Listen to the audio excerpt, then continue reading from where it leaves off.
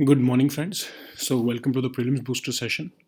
आज का पहला टॉपिक देखते हैं जो कि है ह्यूमन राइट्स डे। तो आपको पता होगा 10 दिसंबर को ह्यूमन राइट्स डे सेलिब्रेट किया जाता है क्योंकि इसी दिन जो है universal declaration of human rights adopt किया गया था यूएनजीए द्वारा इन 1948। तो इसका एक प्रॉपर एक रेजोल्यूशन था, यूएनजीए का रेजोल्यूशन था 217 है जिसको पेरिस में अडॉप्ट किया गया था। और इसमें पहली बार फंडामेंटल ह्यूमन राइट्स जो है वो यूनिवर्सल लेवल पर प्रोटेक्ट करने की बात की गई थी। ठीक है, अब इसमें क्या क्या बोला गया, इसमें बोला है कि ह्यूमन बींग्स जो हैं जितने भी वो सब फ्री हैं, इक्वल हैं, उनकी सेम डिग्निटी और ह्यूमन राइट्स हैं। स्लेवरी को प्रोहिबिट करता है ये आपका यूडीएचआर। फिर जो है स्लेव ट्रेड को भी जो है वो प्रोहिबिट करता है। फिर कहता है कि हर पर्सन को एक नेशनैलिटी का अधिकार है, अरेस्ट से बचने का अधिकार है, आर्बिट्रेरी अरेस्ट से, डिटेंशन से, एग्जाइल से, असाइलम सीख करने का भी उसे अधिकार है, और फिर उसे फ्रीडम ऑफ मूवमेंट और रेजिडेंस भी है। ठीक है, अब याद रखो ये किसी भी कंट्री के ऊपर कोई डायरेक्ट लीगल ऑब्लिगेशंस तो नहीं क्रिएट करता कि मतलब अगर आप कोई कंट्री इसको वायलेट कर रही है तो कोई उसके ऊपर पेनल्टी नहीं है, लेकिन ये एक तरह से फंडामेंटल वैल्यूज़ हैं जिसको शेयर करना ही पड़ेगा इंटरनेशनल कम्युनिटी को, क्योंकि अगर कोई वायलेट करता तो आपने देखा होगा कि इसी का बहाना यूज़ करके जो है बहुत सारी कंट्रीज़ में, इवन यूएस ने भी इन्वेजन किया है। ठीक है अब कहा जाता है कि जो universal declaration of human rights जो है, ये आपका जो डॉक्यूमेंट है, इसके पास गिनीज वर्ल्ड रिकॉर्ड है क्योंकि ये सबसे ज़्यादा ट्रांसलेट किया गया आज तक का डॉक्यूमेंट है। ठीक है, हम इंडिया के कंटेक्स्ट में भी देखते हैं नेशनल ह्यूमन राइट्स कमीशन, जो कि हमारा protection of human rights act के अंदर बनाया गया था, और इसमें ह्यूमन राइट्स को डिफाइन किया गया है rights relating to life, liberty, equality और डिग्निटी। ठीक है, सेक्शन 2D में इसको डिफाइन किया गया है, और इसके पावर्स क्या हैं, इसके फंक्शंस क्या हैं, ये भी देखते हैं। तो ये ऑटोनोमस इंस्टीट्यूशन है, इसके इंडिपेंडेंट व्यूज़ होते हैं, इसके पास एक सिविल कोड जितनी पावर्स होती हैं, इंटरिम रिलीफ दे सकता है, कंपनसेशन डैमेजेस पे करने की अथॉरिटी रखता है ये। ठीक है, फिर ये इम्प्लीमेंटेशन जो होती है अपनी, जो भी इसने अवार्ड सुनाया है, समझ लो किसी की गवर्नमेंट के खिलाफ या किसी ऑफिसर के खिलाफ, तो उसमें उसको मॉनिटर भी करता है कि क्या वो सच में उन्होंने जो है कंपनसेशन दी हैं या डैमेजेस पे की हैं। ये सारी पावर्स भी जो है एनएचआरसी के पास होती हैं। अब इसका कॉम्पोजिशन क्या होता है, तो इसकी कुछ क्वालिफिकेशन रखी हुई हैं, जैसे कि जो चेयरपर्सन है, अभी 2019 में अमेंडमेंट की गई है। इससे पहले अमेंडमेंट से पहले क्या होता था कि चेयरपर्सन कोई former chief justice of India ही हो सकता था, लेकिन 2019 के अमेंडमेंट के बाद कोई भी जज ऑफ द सुप्रीम कोर्ट जो है वो रहा है या अभी एग्जिस्टिंग भी है, वो भी जो है वो इसका चेयरपर्सन हो सकता है। और मेंबर जो है वो कोई जज ऑफ द सुप्रीम कोर्ट होगा ऑफ कोर्स, और जो दूसरा मेंबर एक और है वो chief justice of high court होना चाहिए। 3 मेंबर्स, ये पहले 2 मेंबर्स होते थे, बट 2019 की अमेंडमेंट के बाद जो है 3 मेंबर्स कर दिए गए हैं, जिसमें से एक विमेन होनी चाहिए, और इन तीनों के पास जो है ह्यूमन राइट्स इशूज से रिलेटेड जो है प्रैक्टिकल और एक्सपीरियंस होना चाहिए। ठीक है, अब इसमें डीम्ड मेंबर्स भी बना दे गए हैं, मतलब कि जो भी चेयरपर्सन होगा उस टाइम पर national commission for backward classes का, national commission for protection of child rights का, और chief commissioner for persons with disabilities का, ये ऑटोमेटिकली वो इसके डीम्ड मेंबर्स जो हैं इस कमीशन के माने जाएंगे। ठीक है, अब जो अमेंडमेंट्स की हैं ये आपको मैंने ऑलरेडी बता ही दी हैं कि जो है पहले जज ऑफ द सुप्रीम कोर्ट, पहले चीफ जस्टिस ऑफ इंडिया होते थे, उनको जज ऑफ द सुप्रीम कोर्ट को भी जो है एलिजिबल कर दिया कि वो चेयरपर्सन अपॉइंट किया जा सकता है। मेंबर्स पहले 2 होते थे, उनको बढ़ाकर 3 कर दिया गया है। ये जो है आपके अब जो है रीअपॉइंटमेंट के लिए भी इनको एलिजिबल कर दिया कि मेंबर जो है उनको रीअपॉइंट भी किया जा सकता है। और जो चेयरपर्सन और मेंबर्स हैं इनकी जो टर्म्स पहले 5 साल होती थी उसको कम करके 3 साल कर दिया गया है। स्टेट लेवल पर भी चेंज किए हैं, जो स्टेट ह्यूमन राइट्स कमीशन होते हैं उसमें पहले होता था कि चीफ जस्टिस जो है हाई कोर्ट का वही चेयरपर्सन हो सकता है, बट अब इन्होंने कर दिया है इसमें अमेंडमेंट करके कि कोई हाई कोर्ट का जज जो है वो भी इसका जो है चेयरपर्सन बन सकता है। ठीक है, तो ये सारी अमेंडमेंट्स हैं 2019 में की गई हैं, उसके बाद से जो ह्यूमन राइट्स कमीशन है इसकी कॉम्पोजिशन चेंज हो गई है। ठीक है, नेक्स्ट टॉपिक देखते हैं जो कि बहुत इंपॉर्टेंट टॉपिक है, समिट फॉर डेमोक्रेसी। तो आपको पता होगा प्रेसिडेंट जो बाइडेन जो है उन्होंने समिट फॉर डेमोक्रेसी बुलाया था अभी रिसेंटली, जो 9 और 10 दिसंबर को कंडक्ट किया गया है। तो उसमें पीएम मोदी जो है उन्होंने एड्रेस किया इस समिट को। अब ये समिट का एम क्या था, क्यों बुलाया गया था इसको, क्योंकि ऐसा कहा गया यूएस द्वारा कि बहुत सारी जो डेमोक्रेसीज हैं इंडिया में वो वर्ल्ड में, उनके ऊपर थ्रेट है अथॉरिटेरियनिज्म का, और इसके लिए हमको कलेक्टिव एक्शन लेना पड़ेगा ताकि जो भी चैलेंजेस हैं और जो भी अपॉर्चुनिटीज़ हैं डेमोक्रेसी से रिलेटेड उनको हम इकट्ठे मिलकर जो है वो एड्रेस कर सकें। ठीक है, तो 3 थीम्स के अराउंड बात की गई है इस समिट में। एक तो लिखा है कि defending against against authoritarianism. Authoritarianism क्या होता है, मतलब डिक्टेटरशिप या फिर बहुत स्ट्रॉन्ग लीडर्स जो हैं आपके, जो अथॉरिटेरियन हो जाते हैं। तो डेमोक्रेसी से उनको खतरा होता है, डेमोक्रेसी को उनसे खतरा होता है, तो इसलिए जो है अथॉरिटेरियनिज्म को कैसे कम किया जा सकता है इसके बारे में डिस्कशन की गई है। ठीक है, अब करप्शन से फाइट करना, ह्यूमन राइट्स को प्रमोट करना, ये तीन टॉपिक्स हैं जिसके ऊपर थीम्स हैं जिसके ऊपर डिस्कशन इसमें डेमोक्रेसी समिट में किया गया है। ठीक है, अब हम देखते हैं कि global state of democracy report, अब इस रिपोर्ट की भी इसमें जिक्र किया गया था। इसी रिपोर्ट के बेसिस पर जो है ये डिस्कशंस चली हैं, तो इस रिपोर्ट के बारे में भी देखते हैं। तो ये रिपोर्ट कह रही है, 2021 की रिपोर्ट है, ये कह रही है कि जो 2020 का साल था उसमें जितनी कंट्रीज अथॉरिटेरियनिज्म की तरफ मूव हुई हैं वो ज़्यादा हैं, अगर हम कंपेयर करें जो कंट्रीज ज़्यादा डेमोक्रेटिक बनी है, मतलब ज़्यादा कंट्रीज अथॉरिटेरियनिज्म की तरफ मूव हुई हैं एज कंपेयर टू जितनी कंट्रीज डेमोक्रेटिक हुई हैं। ठीक है, तो ये बहुत ही बुरा ट्रेंड है, इसको रिवर्स करना की ज़रूरत है हमको। और ये रिपोर्ट किसने रिलीज़ की है, international institute for democracy and electoral assistance. ठीक है, तो ये इंटरनेशनल एक इंस्टीट्यूट है, इसके बारे में भी देखते हैं पहले, पर हम पहले इस रिपोर्ट को देखते हैं, इसकी कुछ हाइलाइट्स देखते हैं। तो डेमोक्रेटिक डिक्लाइन, इसमें रिपोर्ट में कहा गया है कि अथॉरिटेरियन टैक्टिक्स जो है वो ज़्यादातर अडॉप्ट की जा रही हैं डेमोक्रेसीज़ में, जो वहाँ के इलेक्टेड लीडर्स हैं वो थोड़ा सी अथॉरिटेरियन बनते जा रहे हैं, तो ये डेमोक्रेसी का डिक्लाइन हो रहा है। ठीक है, उन्होंने बोला कि पैंडमिक ने इस सिचुएशन को और ज़्यादा जो है वो बढ़ा दिया है, क्योंकि क्या हो रहा है कि रिस्ट्रिक्शन ऑफ मूवमेंट्स हो रही हैं, restriction on freedom of expression हो रहा है, तो एक तरह से डेमोक्रेसी का डिक्लाइन देखने को मिल रहा है। ठीक है, और इसमें एक और बात बोली गई है कि जो ये सारे एक्शंस हैं अथॉरिटेरियनिज्म के या ये डिक्लाइन ऑफ डेमोक्रेसी के, इसको पॉपुलर सपोर्ट भी मिल रहा है, मतलब लोग भी जो है वो चाह रहे हैं कि उनके लीडर्स जो हैं वो ऐसा करें। ठीक है, इंडिया के सिनारियो में उन्होंने बोला है कि इंडिया में भी ऑफ कोर्स डेमोक्रेसी का डिक्लाइन हुआ है, और ब्राज़ील और इंडिया को पिछले 20 साल से, मतलब साल 2000 से लेके अभी तक जो है उन्होंने मिड लेवल परफॉर्मिंग डेमोक्रेसी के कैटेगरी में रखा है। ठीक है, अब ये international institute for democracy and electoral assistance जो है, ये एक इंटर गवर्नमेंटल ऑर्गेनाइजेशन है जिसको 1995 में बनाया गया था। इसके 33 मेंबर स्टेट्स हैं, और ये ह्यूमन जो है आपकी एक तो डेमोक्रेसी को एक यूनिवर्सल ह्यूमन एस्पिरेशन के रूप में वर्ल्ड वाइड प्रमोट करता है। ठीक है, सो नाउ नेक्स्ट टॉपिक देखते हैं जो कि है diplomatic boycott of Beijing winter Olympics. तो आपको पता होगा कि यूनाइटेड स्टेट्स ने उन्होंने अनाउंस किया है कि वो बीजिंग विंटर ओलंपिक्स का बॉयकॉट करेंगे। तो अब सिर्फ यूएस ही नहीं बल्कि ऑस्ट्रेलिया, ब्रिटेन और कनाडा ने भी बोला है, और आने वाले टाइम में ऑफ कोर्स कुछ और कंट्रीज भी इसको फॉलो करेंगी। तो डिप्लोमेटिक बॉयकॉट, एक तो बॉयकॉट होता है, बॉयकॉट मतलब कोई भी नहीं जाएगा यूएस की तरफ से, इस ओलंपिक्स में पार्टिसिपेट ही नहीं किया जाएगा, बट डिप्लोमेटिक बॉयकॉट मतलब होता है कि गवर्नमेंट ऑफिशियल्स जो है वो नहीं जाएंगे, वो इसमें पार्टिसिपेट नहीं करेंगे। ठीक है, तो रीज़न क्या दिया यूएस ने कि क्यों बॉयकॉट कर रहे हैं, तो व्हाइट हाउस की जो प्रेस सेक्रेटरी हैं जेन साकी, उन्होंने बोला है कि जो जेनोसाइड और क्राइम्स अगेंस्ट ह्यूमैनिटी हो रहा है जिंजियांग में, वेस्टर्न चाइना में, उसकी वजह से जो है हम पार्टिसिपेट नहीं करेंगे। चाइनीज़ गवर्नमेंट जो है वो मास डिटेंशन सेंटर बना के बैठी है वहाँ पर, और एथनिक माइनॉरिटीज़ को जो है वो एक तरह से क्रैक डाउन कर रही है उनके ऊपर। ठीक है, अब क्या हिस्ट्री ऑफ बॉयकॉट्स रही है ओलंपिक्स की, तो 1936 में बर्लिन समर गेम्स हो रही थी। ऑफ कोर्स उस टाइम पर नाजी जर्मनी थी, आपको पता ही होगा, हिटलर था। ठीक है, तो 1936 में शुरू में यूएस ने, अब ये एक आप डबल स्टैंडर्ड्स देखो कि यूएस ने बोला कि हम इसको बॉयकॉट करेंगे, यूके ने भी बोला हम बॉयकॉट करेंगे, क्योंकि वहाँ पर कुछ सिग्निफिकेंट जूइश पॉपुलेशन थी, तो वहाँ पर कंसंट्रेशन कैंप्स थे नाजी जर्मनी में। तो इन्होंने शुरू में तो बोला कि हम इसको बॉयकॉट करेंगे, बट बाद में ये वापस मुकर गए और उन्होंने पार्टिसिपेट किया। सिर्फ एक ही कंट्री थी, सोवियत यूनियन, जिन्होंने इसमें 1936 के समर ओलंपिक्स में नाजी जर्मनी में पार्टिसिपेट नहीं किया था, क्योंकि उन्होंने बोला था कि जो है ज्यूज़ के साथ ये सही नहीं हो रहा है वहाँ पर। तो यूएस ने शुरू में तो बोला, जबकि नाजी जर्मनी के साथ अगर हम कंपैरिजन करें तो बाकी कंट्रीज़ का अब नहीं कर सकते ऑफ कोर्स, जिस लेवल का उन्होंने जो है वो व्यवहार किया था।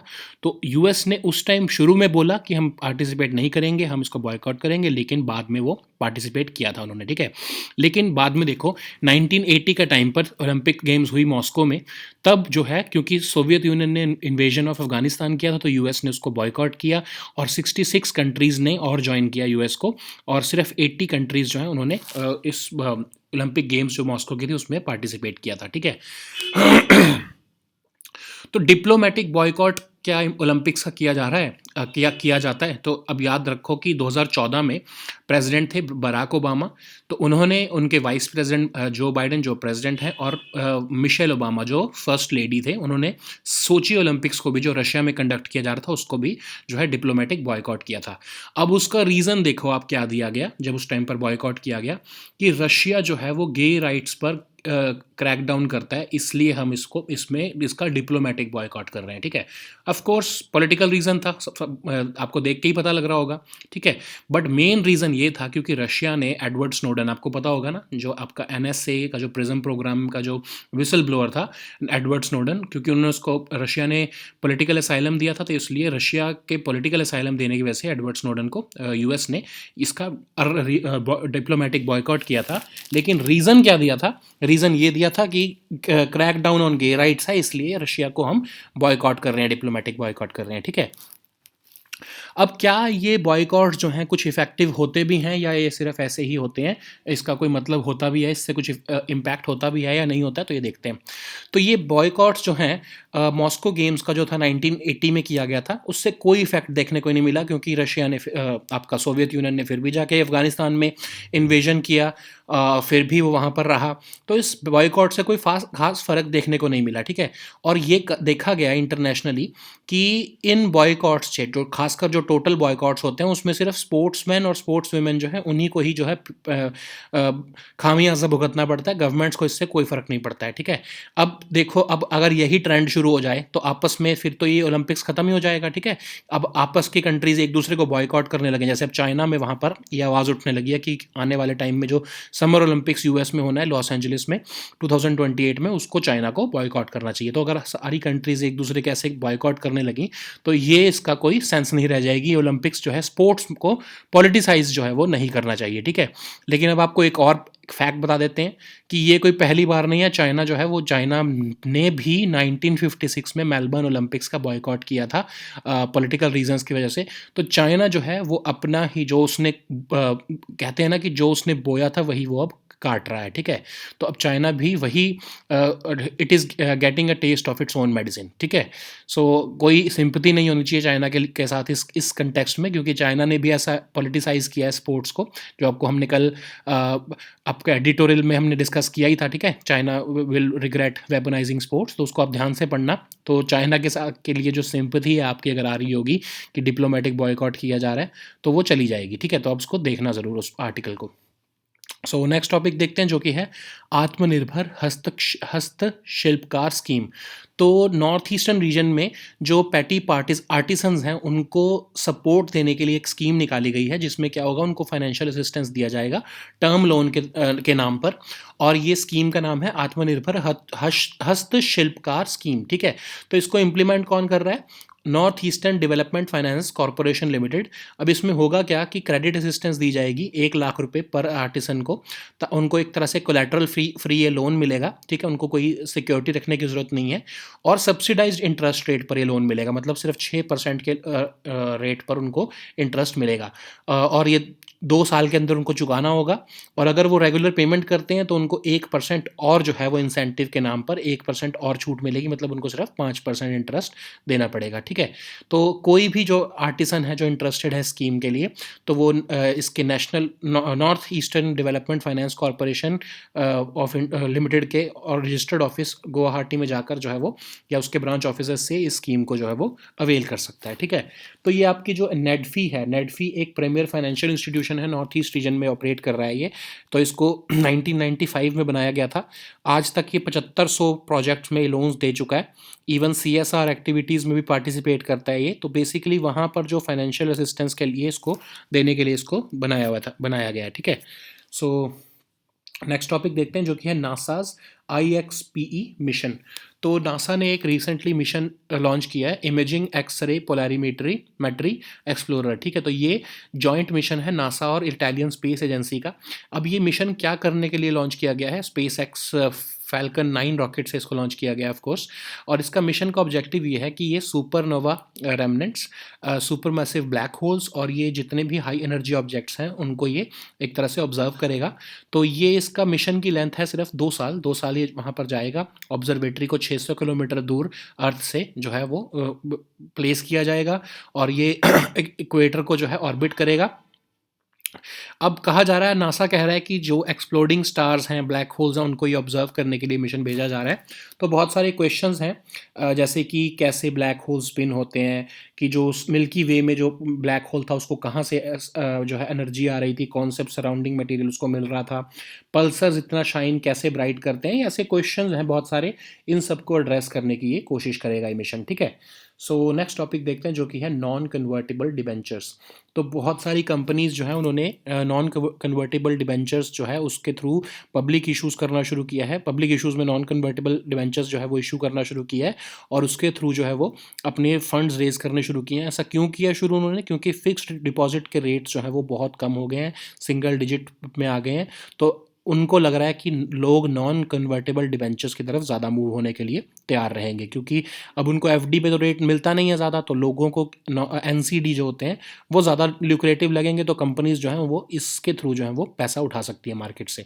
तो पहली बात तो डिबेंचर्स देखते क्या होते हैं, ठीक है। डिबेंचर्स एक डेट इंस्ट्रूमेंट होते हैं जिसमें कोई कोलैटरल नहीं होता, ठीक है। पीछे से कोलैटरल का मतलब क्या होता है? कोई सिक्योरिटी नहीं होती।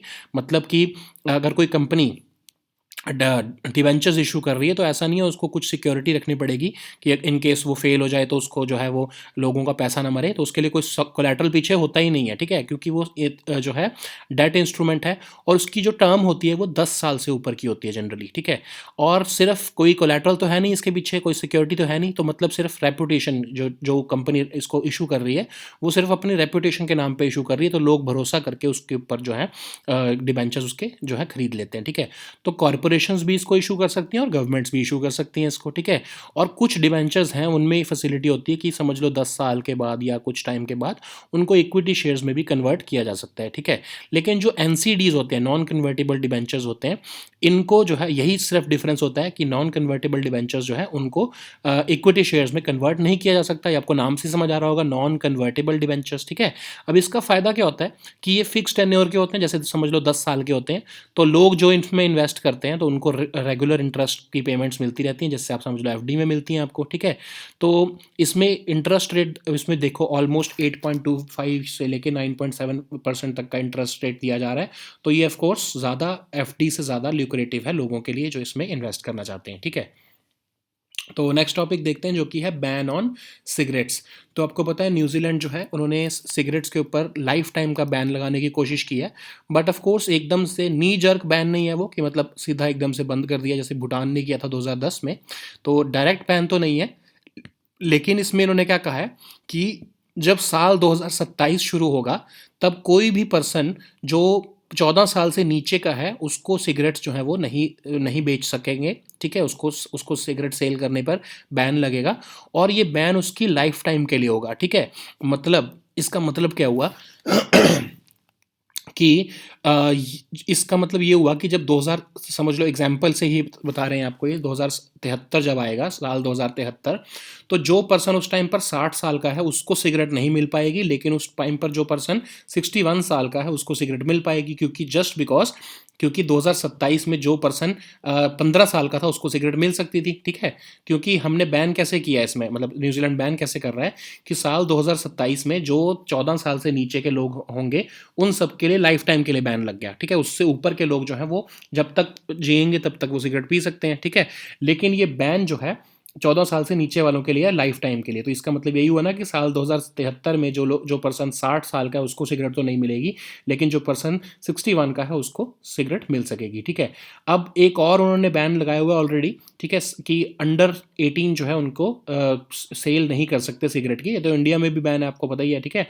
अब लेकिन वो उन्होंने देखा कि ये इफ़ेक्टिव इतना नहीं है, इतना ज़्यादा ये इसका सक्सेस रेट उतना अच्छा नहीं होगा कि हम क्योंकि उनको टारगेट रखा है उन्होंने कि वो नेशनल एडल्ट स्मोकिंग रेट जो है वो 2025 तक 5% तक का लेके आना चाहते हैं, ठीक है। तो लेकिन उनको लग रहा है कि इतना इफेक्टिव नहीं हो पाएगा, इसीलिए उन्होंने जो है ये एक इनोवेटिव मेजर यूज़ किया है कि लाइफ टाइम का बैन, लेकिन किस कंटेक्स्ट में, कि जो 14 साल का होगा उससे कम वाले पर्सन को 2027 के बाद से जो है वो कभी भी लाइफ में सिगरेट नहीं मिलेगी, ठीक है। तो ये थोड़ी और इन्फॉर्मेशन ये है कि भूटान ने तो आउटराइट बैन कर दिया था 2010 में, ठीक है। तो उन्होंने सीधा उठाकर बैन कर दिया, और उसकी वजह से क्या हुआ कि ब्लैक मार्केट होने लगी, क्योंकि जिन दो लोग जिनको आदत पड़ी हुई है सिगरेट की, तो उनको तो एडिक्शन है, उनको वो तो खरीदेंगे।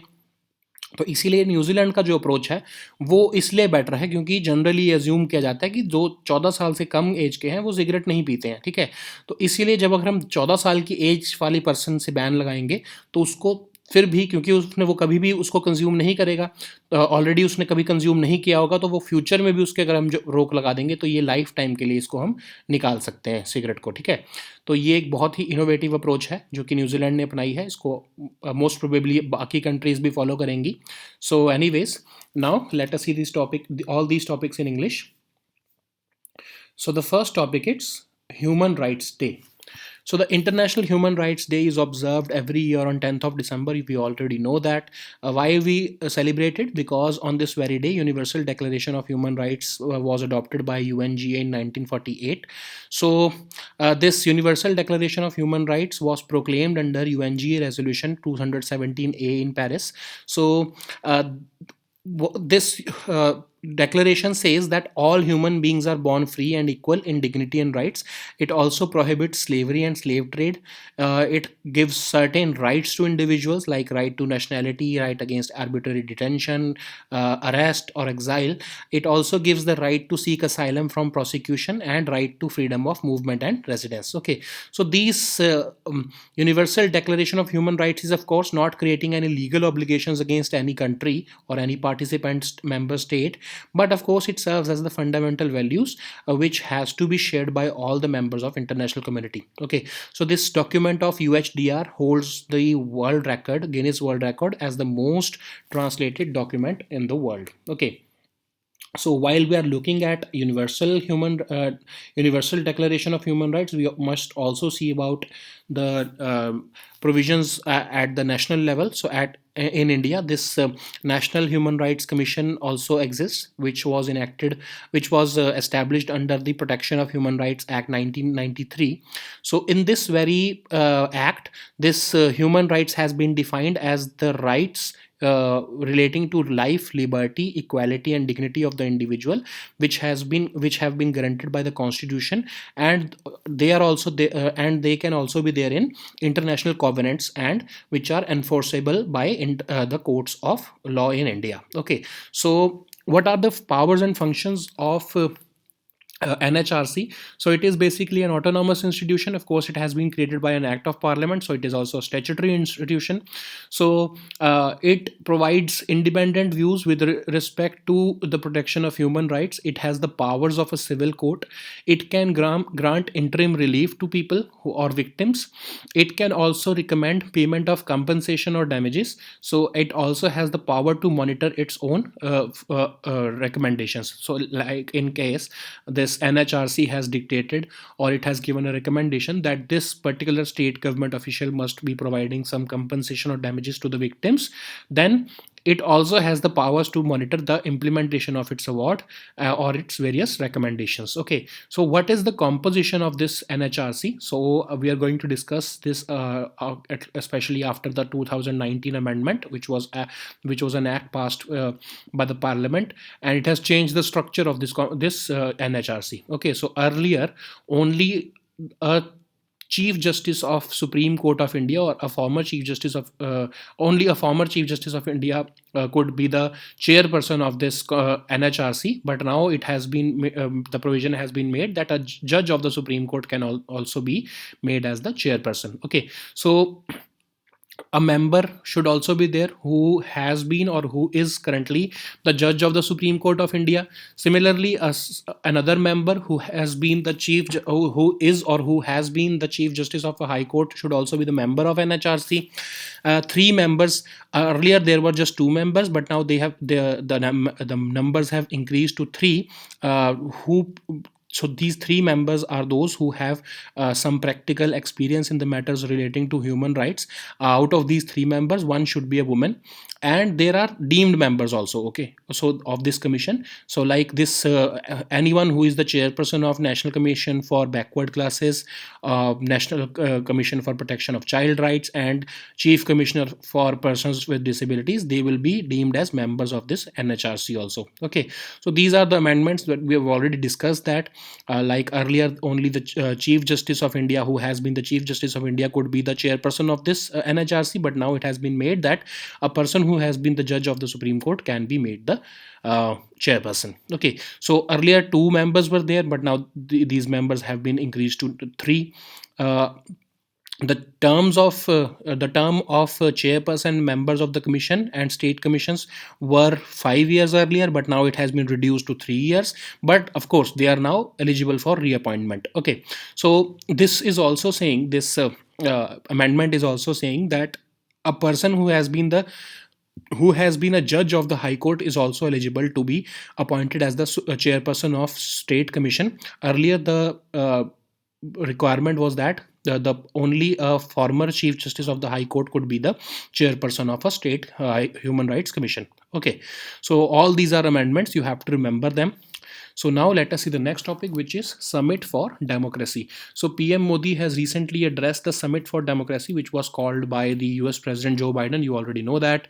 And this summit was basically aimed to discuss several threats which our democracies around the world are facing, and we have to address all these threats and challenges collectively. So this summit was centered around three themes. So the first one was defending against authoritarianism. So we have observed that even the democracies in the world are moving towards authoritarianism. That's why this is the first theme. The second is fighting corruption, which is self-evident, and the third one is promoting respect for human rights. Okay, so these were the themes. So basically, just see these themes, and you will be able to see that all these are centered against China. Okay, so this was the real motive of this, calling this Summit for Democracy. Okay, and China, Russia were not invited, so it was evident that this summit was basically a building up of opinion against China and Russia. So during this summit, this global state of democracy report was also discussed. So we have to see this report also. So this report is saying that in 2020, countries which are moving towards authoritarianism are higher than the countries which have become more democratic. So that which is a very disturbing trend for us. So this report is released by the International Institute for Democracy and Electoral Assistance. So let us also see the highlights of this report. So this report is saying that there is a democratic decline. Like we've told you, that countries are increasingly adopting authoritarian tactics. So this pandemic has also exacerbated this impact of democratic decline, because we have had to impose restrictions on movement of people, restrictions on freedom of expression. That's why this authoritarianism is increasing in democracies. Okay, so another disturbing trend is that when these countries or these democracies are backsliding, the people are still supporting the authoritarian leaders, and they are supporting this democratic backsliding. Okay, similarly in Indian scenario, it is saying that Brazil and India are some of the most worrying examples of this backsliding, and India has remained in the category of mid-level performing democracy since the year 2000s. Okay, so about this International Institute for Democracy and Electoral Assistance. So this is the institute which has released this report, and it is an intergovernmental organization founded in 1995. It has 33 member states. This works towards building up of opinion in favor of democracy and advancing democracy as a universal human aspiration. Okay, so now let us see the next topic, which is diplomatic boycott of Beijing Winter Olympics. So US has recently announced that they will be diplomatically boycotting the Beijing Winter Olympics, and of course several other countries like Australia, Britain and Canada have followed the suit, and it is expected that several other countries will also join this boycott. Of course, France has denied they will not be participating in this diplomatic boycott. India is also not going to participate in this diplomatic boycott. So, what is a diplomatic boycott? So, in general, boycott means you do not participate in an event, but diplomatic boycott means that your athletes may be participating, but government officials will not be participating or attending that particular event. Okay, so generally, you know that high-ranking officials from several countries participate or attend these games. But in this case, diplomatic boycott. In the case of diplomatic boycott, only athletes would be participating, and no government official would be attending this Winter Olympics. Okay, so what is the reason which the US has given for this boycott? So White House Secretary Jen Psaki has said that as Chinese regime or Chinese government has carried out genocide and crimes against humanity in Xinjiang. So that's why the US is boycotting it, because the Chinese government has cracked down on ethnic minorities, the Uyghurs, which are predominantly Muslim ethnic community people who are living in this Xinjiang region. That's why the US is boycotting it. That is the use of the weaponizing of this human rights bogey. Okay, so what is the history of boycotts in Olympics? So just see that in 1936, when Berlin Summer Games were to be held in Nazi Germany, the US, UK, all these Western countries, they first announced that they will be boycotting it, but later on they attended it. Okay, only the Soviets boycotted this Berlin Summer Games because they said that Nazis were creating, or rather, Nazis were committing this genocide of European Jews. So, except Soviets, everyone else participated in Berlin Summer Games, but Soviets did not participate in that. Okay, so in 1980, the Olympics games were held in Moscow, and because Soviet Union invaded Afghanistan in December 1979, so US along with 66 other countries boycotted this Olympic games in Moscow, and only about 80 countries participated in that. Okay, in this Olympic games.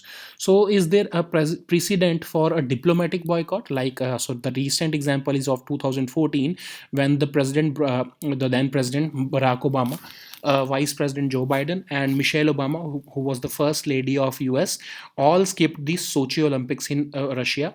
They gave this very nebulous reason that Russia was cracking down on gay rights. That's why we are not participating.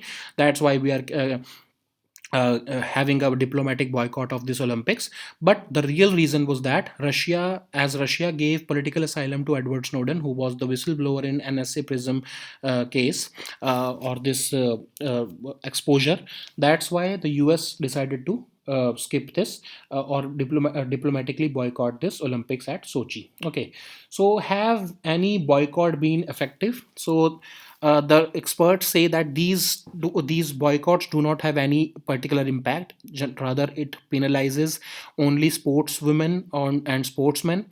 So, if this trend starts, like each country boycotting the enemy country, or the country with which they have an adverse relationship, this will set in motion a trend in which every country will start boycotting each other's events, and ultimately the sports will suffer. Okay, so now even Chinese government and Chinese experts are saying that they will be boycotting the Summer Olympics, which will be held in Los Angeles, that is in USA, in 2028.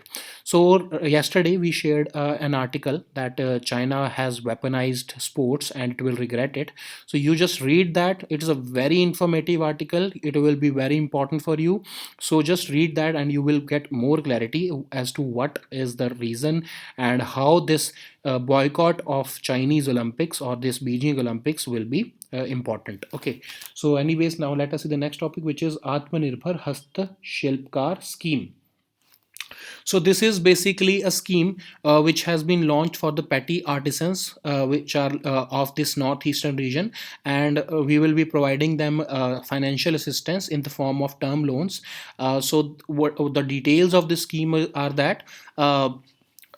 credit assistance of about 1 lakh per artisan will be given. So it will be in the form of loan, and collateral free loan would be there, which at a subsidized interest rate of 6% per annum.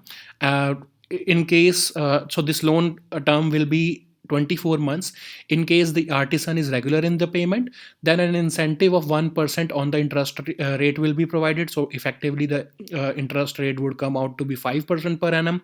And any interested artisan can apply for the scheme at any office, branch office, or at the registered office at Guwahati of Northeast Eastern Development Finance Corporation Limited. Okay, so this Northeastern Development Finance Corporation is a premier financial institution, which is there at the northeastern region. Its head office is in Dispur, Guwahati, and it has was established in 1995. It has provided loans to over about 7,500 projects. It is also involved in several corporate social responsibility activities in these northeastern states. So it is basically the financing arm of the government for this northeastern region. Okay, so now let us see the next topic, which is NASA's IXPE mission. So recently NASA has launched this mission, namely Imaging X-ray Polarimetry Explorer, or IXPE. So it was launched through a SpaceX Falcon 9 rocket. So it is a joint mission of NASA and Italian Space Agency. So it will be observing the supernova remnants, supermassive black holes, and other high energy objects. The mission's tenure will be 2 years, and this observatory will be placed at 600 kilometers altitude of Earth, and it will be orbiting the Earth's equator. Why is it important? So NASA is saying that there are certain questions which needs to be answered, and that's why we have launched this mission. So there are certain questions like, how do black holes spin? What was how the black hole which was there at the center of Milky Way was getting the material, or how it was feeding upon the material, surrounding material in the past, how pulsars shine so brightly in X-rays. So all these questions will be answered by this particular mission IXP. Okay, so now let us see the next topic, which is non-convertible debentures. So several companies have announced that they will be publicly issuing this non-convertible debentures to raise funds. So why they are resorting to these NCDs? So basically, the fixed deposit rates are low, in single digits, and they're very low. You know that FD rates have come out to be 5-6%, and that's why investors will be willing to invest in these NCDs, because they are offering 8.25 to 9.7% interest rates. So these are more lucrative for investors. That's why the companies are resorting to this NCDs. So before understanding what is an NCD, let us see what is a debenture. So this debenture is a debt instrument, and it is not backed by any collateral. So there is no security behind a debt instrument. So company who is raising the funds, there is no they are not giving any security to you. So there is a risk that your money can go, that your money can fall. Okay, so it has a term of greater than 10 years, and because there is no collateral, so the only thing which you are assured of is the credit worthiness and reputation of the issuer. So both governments as well as the corporations can issue these debentures, and some debentures also have the option to be converted into equity shares after some period. Okay, but as you can see by the name, non-convertible, so these NCDs cannot be converted into uh, your equity shares. Okay, so this is the difference between normal debentures and NCDs. And these debentures or these NCDs, they have fixed tenure, like let's say 10 years, and they will be giving regular interest to the purchasers or to the buyers of these NCDs. So this is basically similar to a fixed deposit for a consumer. So like I've told you, NCDs are different from other debentures because it is not possible for the NCDs to be converted into shares. Okay, so now let us see the next topic, which is ban on cigarettes. So New Zealand has adopted a very novel approach to ban these cigarettes, and they have resorted to a very innovative idea through which they will be banning the cigarettes for life for some young people. So already they have plain cigarette packaging in their country. So what is a plain cigarette packaging? Basically, you cannot use the brand name. You have to show the images that with warnings that cigarettes can do so much damage to you. So it is already available in New Zealand, this particular provision. And now New Zealand is planning to make a very significant move in which from the year 2027, whomsoever has attained whomsoever is under whomsoever is 14 years of age and under that age, they will not be able to buy cigarettes for their life. So what does that mean? So a person, let's say, who turns based upon this calculation, you can see that in 2073, a person who has achieved the age of 60 will not be able to buy a cigarette, but a person who will be aging 61 at that time would be able to purchase a cigarette. Okay, so basically uh, it